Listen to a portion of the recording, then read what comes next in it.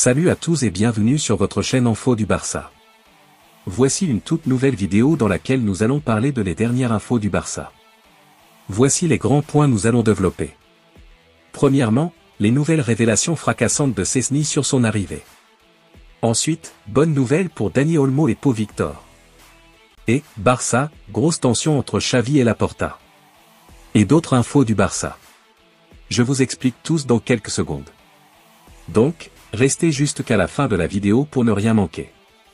Mais avant tout, abonne-toi si c'est la toute première fois que tu nous suis sur cette chaîne, et activez la notification afin d'être à la une de toutes nos vidéos d'actualité comme celle-ci, donc n'hésite pas à lâcher un gros pouce bleu et quitter votre commentaire.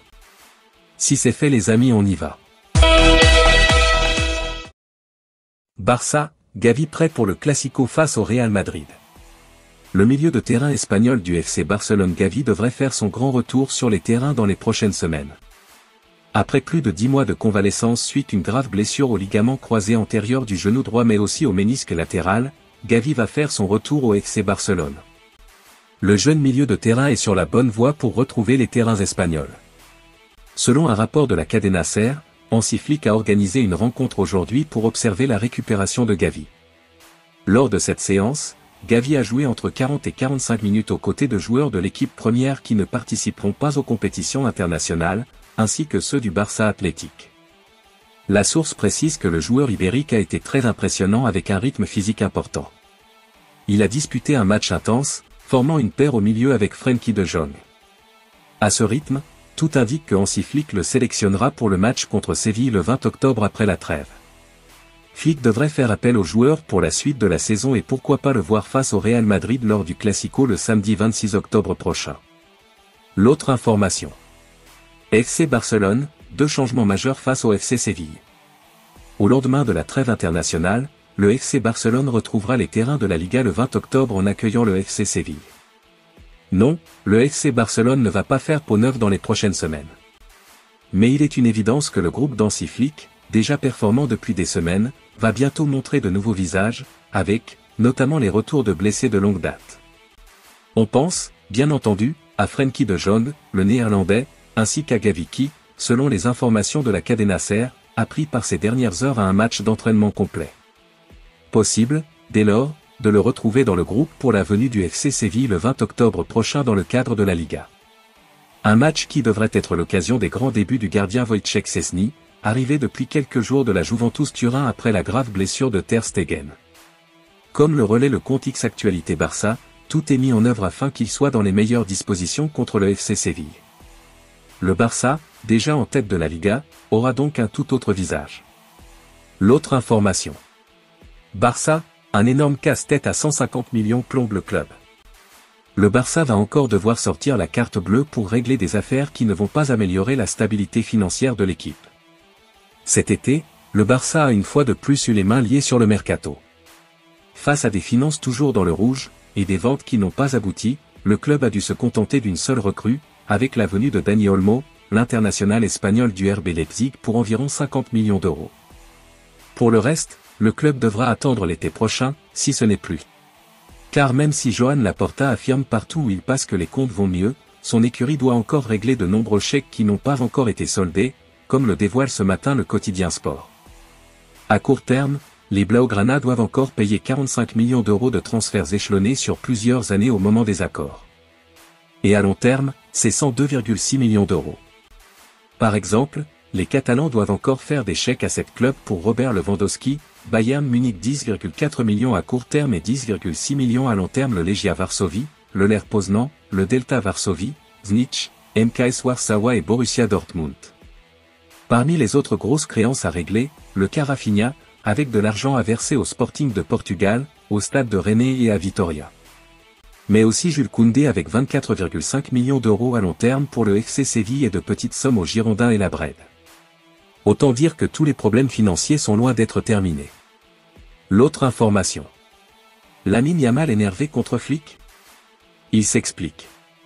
Lors de la victoire 3-0 contre Alaves en championnat, Lamine Yamal a semblé en colère d'être remplacé assez tôt dans le match. Le FC Barcelone débute très bien en Liga. Leader avec 8 victoires en 9 matchs, les Blaugrana sont en grande forme. La raison est certainement l'arrivée de l'entraîneur allemand Hansi Flick.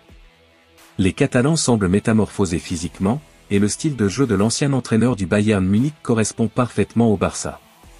De plus, la confirmation de nombreux talents comme Pau Cubarsí et Lamine Yamal aide les Catalans, qui sont confrontés à de nombreuses blessures. Auteur d'une très belle saison en 2023-2024, Lamine Yamal est très attendu cette année. Et le moins que l'on puisse dire, c'est qu'il répond jusqu'à présent aux exigences d'un joueur du FC Barcelone. Décisif en Liga comme en Ligue des Champions, le prodige de 17 ans montre qu'il est l'un des meilleurs ailiers au monde malgré son jeune âge. Pendant plusieurs matchs consécutifs, Lamine Yamal a été décisif, soit en tant que passeur, soit en tant que buteur. Cependant, ce ne fut pas le cas lors de la victoire 3-0 face à Alaves. À la 67e minute, le jeune talent a vu son numéro s'afficher sur le tableau de l'arbitre et a dû céder sa place. Une décision qui ne lui a pas plu, comme il l'a montré depuis le banc. Néanmoins, le prodige est revenu sur son énervement et semble plutôt être en froid avec lui-même. Je n'étais pas content de mon match contre Alaves. J'aurais pu mieux jouer. J'exige beaucoup de moi-même. Ma colère était davantage liée à la façon dont j'ai joué qu'au remplacement. Elle était dirigée contre moi-même. J'ai dit à Flick que j'étais en colère à cause de moi-même. Malgré son énorme talent, Lamine Yamal semble conscient des performances en deçà de son potentiel qu'il peut parfois réaliser. Depuis plusieurs matchs, le prodige du FC Barcelone ne s'est pas montré aussi décisif qu'il y a quelques semaines. Pourtant, son talent continue de rayonner lors d'actions de grande classe. Grâce à l'arrivée de Hansi Flick, les joueurs, dont Yamal, sont libérés et peuvent exprimer leur meilleur football. On prend beaucoup de plaisir cette saison. On est content du style de Flick. Le football est exigeant, mais au final, quand on presse et qu'on récupère le ballon, on contrôle le jeu. Flick est très proche de tout le monde, qu'il joue plus ou moins, vétéran compris. L'autre information. Barça, les nouvelles révélations fracassantes de Szczęsny sur son arrivée. Wojciech Szczęsny, le gardien du FC Barcelone, n'a pas manqué de faire de nouvelles révélations sur son arrivée. La semaine dernière, le FC Barcelone a officialisé l'arrivée de Szczęsny. Sorti de sa retraite pour relever le défi catalan, le Polonais s'est une nouvelle fois exprimé sur son arrivée dans les colonnes de sport. Si vous m'aviez dit il y a un mois que je jouerais pour le Barça, j'aurais ri sans arrêt. Je ne pouvais pas imaginer dire oui à un défi à ce moment-là. Mais quand le téléphone sonne et devient une réalité, quand vous l'avez là et que cela ne dépend que de vous, de votre décision. Vous pouvez penser, imaginer, planifier. Mais il est là. Et vous vous demandez, puis-je dire non au Barça? Et la réponse est que vous ne pouvez pas dire non, a-t-il confié. Il a ensuite poursuivi, si vous dites non au Barça, c'est parce que vous n'avez pas et que vous n'êtes pas assez courageux pour un défi comme celui-ci. Vous n'avez pas le courage de le faire. Je pense que je trouve toujours cette passion en moi et que je suis à un niveau avec lequel je peux aider, et c'est pourquoi j'ai accepté, a-t-il déclaré avant de conclure sur sa retraite très courte. J'étais heureux de ma retraite, mais être heureux ne suffit pas dans la vie. C'est bien et confortable, mais quand vous sentez le défi, que vous avez envie de vous pousser à faire quelque chose d'extraordinaire, quelque chose dont les gens se souviendront, la motivation l'emporte. Une chose est sûre, le portier de 34 ans est plus que motivé. L'autre information. Bonne nouvelle pour Dani Olmo et Pau Victor. Une excellente nouvelle a été annoncée pour les nouvelles recrues Dani Olmo et Pau Victor, qui ont été enregistrées jusqu'en décembre prochain. Au cours du dernier mercato, le FC Barcelone a recruté Dani Olmo 26 ans et Pau Victor 22 ans, en provenance du RB Leipzig et de Gérone respectivement. Étant donné les problèmes financiers du club, les deux joueurs sont enregistrés qu'au 31 décembre prochain. Par conséquent, à partir du 1er janvier, ils ne pourront pas participer à des matchs avec le FC Barcelone, mais une information encourageante a été donnée récemment. Des sources affiliées au FC Barcelone ont assuré que la pérennité du club jusqu'à la fin de la saison n'est pas menacée. Cela signifie qu'à partir du 1er janvier, le Barça sera en mesure de créer suffisamment d'espace salarial pour prolonger l'enregistrement de ces nouvelles recrues. Si cela ne s'avère pas possible, ces joueurs ne pourront pas être ajoutés à l'effectif dans la deuxième partie de la saison. Les deux footballeurs et leur entourage se montrent sereins, conscients de la situation financière du club en matière de fair play. Pour rappel, le président Joan Laporta a déjà annoncé qu'avant la fin de cette saison, le club catalan atteindra la règle 1. L'autre information. Barça, grosse tension entre Xavi et Laporta au moment des adieux d'Iniesta. Les relations seraient toujours aussi fraîches à l'heure actuelle entre Xavi et Joan Laporta. Comme avec Lionel Messi à l'été 2021, Joan Laporta s'est fâché avec une légende du FC Barcelone en la personne de Xavi. S'ils étaient pourtant très proches, le champion du monde 2010 n'a pas supporté la façon dont il a été remercié par son président, qui avait dans un premier temps fait des pieds et des mains pour le garder alors qu'il avait décidé de quitter son poste. Désormais en froid, les deux hommes se sont retrouvés furtivement à l'occasion des adieux d'Andrés Iniesta, pour lesquels ils étaient tous les deux présents. Et a fait des révélations sur cette réunion, qui n'a en réalité pas vraiment eu lieu puisque Laporta et Xavi ne se sont même pas salués. Il est vrai que les deux hommes sont arrivés à des heures différentes, qu'il y avait beaucoup de distance entre les sièges et qu'ils étaient également pressés pour des raisons d'horaire, mais le média espagnol ne peut s'empêcher de penser que cela arrangeait bien tout le monde. À noter d'ailleurs que Xavi n'a pas non plus été aperçu avec d'autres personnalités du Barça telles que Deco, Bojan ou Hansi Flick et que Laporta, de son côté, n'a pas non plus tenu à saluer Emilio Butragueño, le représentant du Real Madrid, l'affaire Negreira étant encore dans son esprit. L'autre information. Barça, la capacité impressionnante du nouveau Camp Nou. Depuis plusieurs mois, le FC Barcelone évolue au stade olympique de Montjuïc en raison des travaux de rénovation et d'agrandissement du célèbre Camp Nou.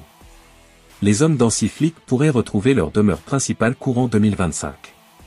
C'est en 1957 que le FC Barcelone a fait connaissance avec le Camp Nou, une enceinte de 90 000 places.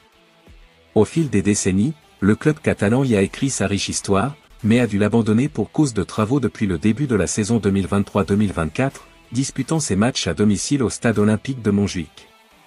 Bonne nouvelle, Lamine Yamal et ses partenaires devraient revenir à la maison au début de l'année 2025. Nous travaillons pour revenir à la fin de l'année, à partir de là, il y a beaucoup de facteurs. Le jour exact doit être modulé. Seuls les 2/3 du Camp Nou pourront être utilisés, expliquait Elena Faure, la vice-présidente du club catalan ces derniers jours. Les rénovations devraient être bouclées d'ici à l'été 2026 et s'accompagner d'un agrandissement de l'enceinte. Alors que le stade comptait jusqu'à présent 99 300 places, il va désormais passer les 100 000 et permettre à plus de 105 000 personnes de prendre place dans les gradins. Déjà 12e au classement des plus grands stades de la planète, le Camp Nou va faire son entrée dans le top 4. Merci de l'avoir suivi, n'oubliez pas de s'abonner et d'activer la notification pour ne pas rater aucune de nos prochaines vidéos et quittez votre like pour plus d'encouragement. Merci, à bientôt.